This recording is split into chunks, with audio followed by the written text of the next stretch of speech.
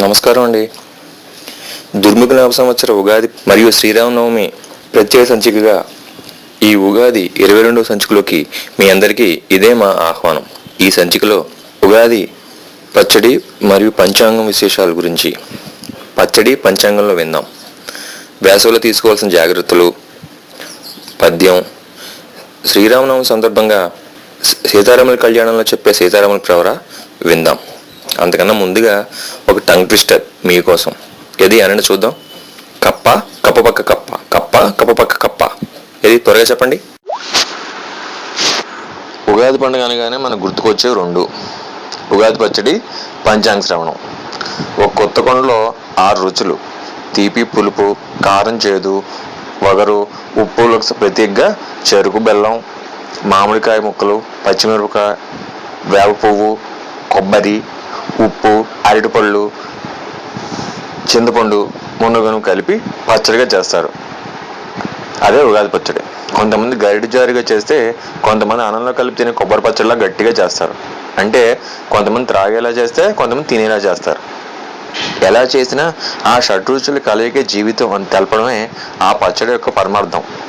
చూడండి, కావాలంటే ఏ గుడికి వెళ్ళినా ఆ రోజు తీర్థంగా ఈ పచ్చడినే ఇస్తారు, కానీ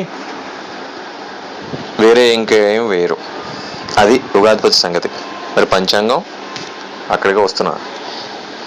పంచాంగం అన్న తిథిపత్రి అన్న ఒకటే. పంచ అంగాలు అవి ఏమిటి? తిథి, వారం, నక్షత్రం, యోగం, కరణం అనేవి. పంచాంగం ప్రయోజనం ఏమిటంటే వైదిక కర్మలను ఏ సమయంలో చేయాలి, నవగ్రహాల యొక్క స్థితి, అందువల్ల దేశం, రాష్ట్రం, మానవులందరికీ కలిగే మంచి లేదా చెడు తెలపడం. అంతేకాకుండా వారం వర్జం తెలియకుండా ఏ పని మొదలుపెట్టకూడదు కదా. అంటే మొత్తం తిథి, వార, నక్షత్ర యోగకరణాలు గ్రహించి సుముహూర్తాల నిర్ణయానికి, చెడు తిథివారాలను వదిలివేయడానికి వీటి యొక్క పరిజ్ఞానం అవసరం. ఉగాది ప్రారంభ రోజున ఉన్న తిథి, వారం ప్రతి మాసంలోనూ రవి సంక్రమణ వారం వల్ల ఆధారంగా నవనాయకులు నిర్ణయిస్తారు. వీటి వల్ల ఆ సంవత్సరం ప్రజలు, ప్రభువులు, వాతావరణ పరిస్థితులు ఇలాంటి మొదలగు తెలుసుకోవచ్చు. అంతేగాని వ్యక్తిగత రాశుల ప్రకారం ఆదాయ వ్యయాలు, రాజపూజ అవమానాలు చూసుకోవడం మాత్రమే కాదు. మన పూర్వులు సమాజంలో మనుషులందరూ కలిస్తేనే సమాజం అని, వ్యక్తిగత వికాసం కూడా, సమాజహితం, వ్యక్తిగత వికాసం రెండింటి గురించి ఆలోచించేవారు. ప్రస్తుతం మనం కూడా అలాగే ఆలోచించాలని కోరుకుంటూ శుభం.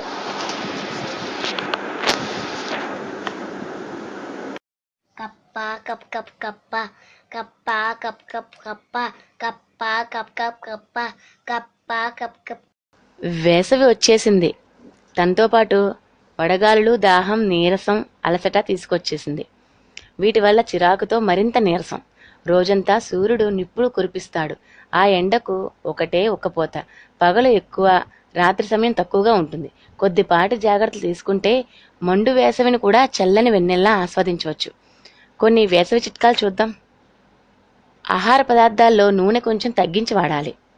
ఆకుకూరలు ఎక్కువగా తీసుకోవాలి. ఉదయం పూట నూనె వంటలు కాకుండా ఆవిరి కుడుములు, ఇడ్లీలు ఆరోగ్యకరమైనవి. కర్బూజాలు ఎక్కువగా తీసుకోవాలి. మజ్జిగ అన్నంలో మామిడి పండు తింటే విటమిన్ ఏ అండ్ డీలు ఎక్కువగా శరీరానికి అందుతాయి.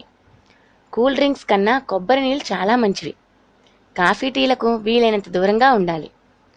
కిటికీలకు, గుమ్మాలకు వట్టివేలు తెరలని తడిపి కట్టుకుంటే వేడిని ఇంట్లోకి రానేయకుండా చల్లదనాన్ని ఇస్తుంది.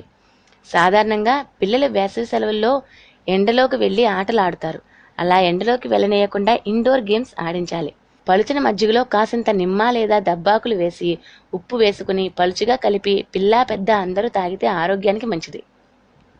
వేసవిలో బయట జ్యూసులు ఎక్కువగా తీసుకోకుండా ఇంట్లో అన్ని రకాల పళ్లతో మరియు కూరగాయలతో జ్యూసులు చేసుకొని తాగాలి.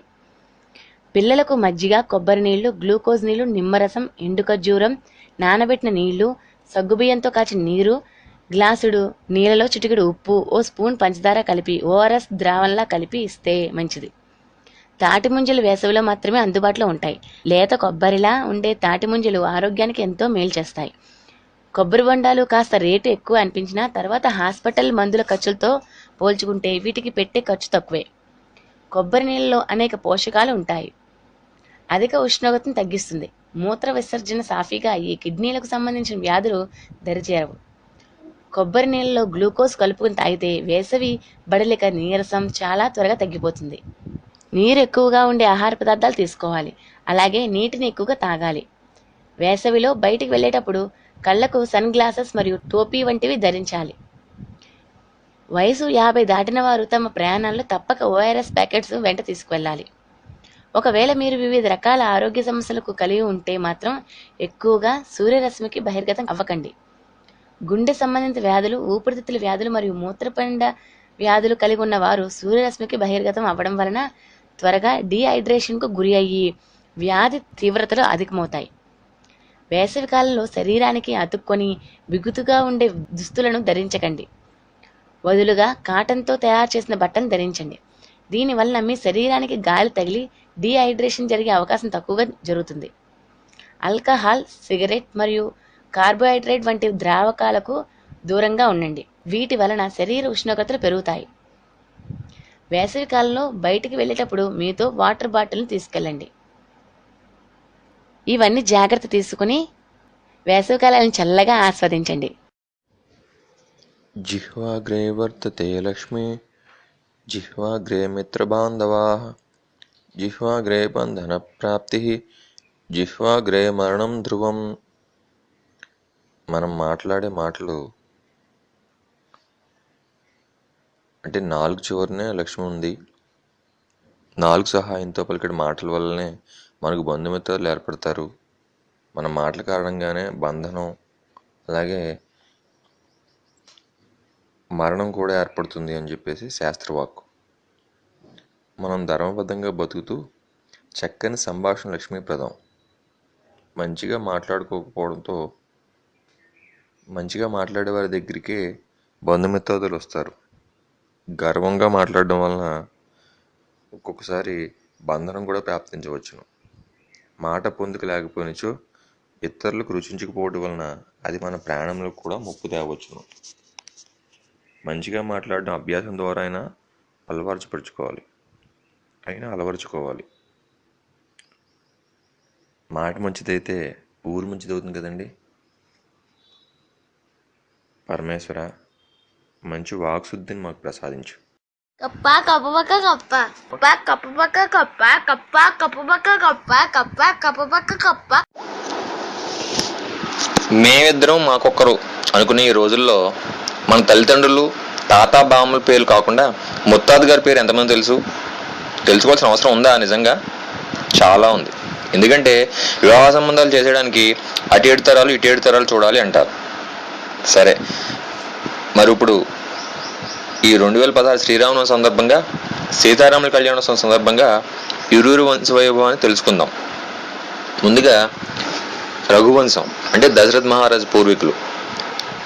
బ్రహ్మగారి నుంచి అంటే చతుర్ముఖ బ్రహ్మ నుంచి మరీచి, ఆయనకి కశ్యపుడు, తర్వాత సూర్యుడు, తర్వాత మనువు, ఇక్ష్వాకువు, కుక్షి, వికుక్షి, భానుడు, అనరణ్యుడు, పృథుడు, త్రిశంకువు, దుందుమారుడు, మాంధాత, సుసంధికి 2 పుట్టారంట.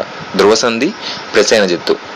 ధ్రువసంధి భరతుడు, అసితుడు, సగరుడు, అసమంజుడు, అంశుమంతుడు, దిలీపుడు, భగీరథుడు, కుకుత్సుడు, రఘుమహారాజు, ప్రవృద్ధుడు, శంఖనుడు, సుదర్శనుడు, అగ్నివర్ణుడు, శేఘ్రకుడు, మరువు, ప్రసిక్రుడు, అంబరీషుడు, నహుషుడు, యయాతి, నాభాగుడు, అజుడు, దశరథుడు. వీరికి కలిగిన వారే రామలక్ష్మణ భరత శత్రుఘ్నులు. ఈ వంశం చూస్తే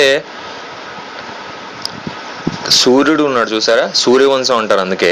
తర్వాత ఇక్ష్వాకుడు ఉన్నారు, మనకు తెలిసిన వాళ్ళ గురించి మాట్లాడుతున్నాం. తర్వాత త్రిశంకుడు, తర్వాత మాంధాత, అలాగే దిలీపుడు, రఘుమహారాజు, అంబరీషుడు, నహుషుడు, భగీరథుడు. ఇందులో ప్రఖ్యాతిగాంచిన వాళ్ళు. రాముడి గురించి చెప్పక్కర్లేదు అనుకోండి. ఇంకా అలాగే జనక మహారాజు పూర్వీకులు చూద్దాం. నిమి చక్రవర్తి, మీధి, ఉదావసువు, నందివర్ధనుడు, సుకేతువు, దేవారాతుడు, బృహద్రథుడికి 2 సూర్యుడు, మహావీరుడు, సుధృతి, దృష్టకేతువు, హర్యశ్రువుడు, మరుడు, ప్రతీంద్రకుడు, కీర్తిరథుడు, దేవమేధుడు, విబుధుడు, మహేంద్రకుడు, కీర్తిరాతుడు, మహారోముడు, స్వర్ణరోముడు, హ్రస్వరోముడికి ఇద్దరు, జనకుడు, కుశధ్వజుడు. జనకుడికి సీతాదేవి భూమిలో దొరికింది, తర్వాత ఊర్మిళ. కుశధ్వజుడికి మాండవి, శృతికీర్తి.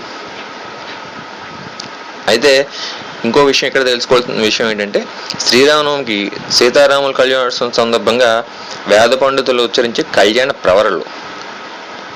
శ్రీరామ ప్రవర ఎలా ఉందంటే, చతుస్సాగర పర్యంతం గోబ్రాహ్మణేభ్య శుభంభవతు, వాసిష్ఠ మైత్రావరణ కౌండిన్య త్రయార్షాయ ప్రవరాన్విత, వశిష్ఠ గోత్రోద్భవాయ, నాభాగ మహారాజ వర్మణో నప్త్రే, అజ మహారాజ వర్మణ పౌత్రాయ, దశరథ మహారాజ వర్మణ పుత్రాయ, శ్రీరామచంద్ర స్వామినే కన్యార్జునే వరాయ. అంటే ఇందులో చూసారా, శ్రీరామచంద్రమూర్తి ఆయన తండ్రి దశరథ మహారాజు, ఆయన తాతగారు రాజమహారాజు, ఆయన ముత్తాతగారు నాభాగుడు వచ్చారా. అలాగే సీతాదేవి ప్రవర. చతుస్సాగర పర్యంతం గోబ్రాహ్మణి శుభంభవతు, ఆంగీరస ఆయాస్య గౌతమ త్రయార్షయ ప్రవాన్విత, గౌతమస గోత్రోద్భవీం, స్వర్ణరోమ మహారాజ వర్మణో నత్రీం, హ్రస్వరోమ మహారాజ వర్మణ పౌత్రీం, జనక మహారాజ వర్మణ పుత్రీం, సీతాదేవి నామ్నీం వరాధినీం కన్యాం. ఈ వివరాలు తెలుసుకున్న వారికి, తెలియజేసిన వారికి కూడా వంశాభివృద్ధి, గోత్రాభివృద్ధి కలుగుతుందట. సరే, అందరికీ శ్రీరామనవమి శుభాకాంక్షలతో. శుభం. ఇది అంటున్నారా, కప్ప కప్పపక్క కప్ప, కప్ప కప్పపక్క కప్ప. ఈ సంచికలోని విశేషాలు ఇంతటితో సమాప్తం. మళ్ళీ సంచికలో తిరిగి కలుద్దాం. మీకు తెలిసిన టంగ్ ట్విస్టర్స్ మాకు పంపితే తర్వాత సంచికలో ప్రకటిస్తాం. ఉంటాను. కప్ప కప్పపక్క కప్ప, కప్ప కప్పపక్క కప్ప, కప్ప కప్పపక్క కప్ప, కప్ప కప్పపక్క కప్ప, కప్ప కప్పపక్క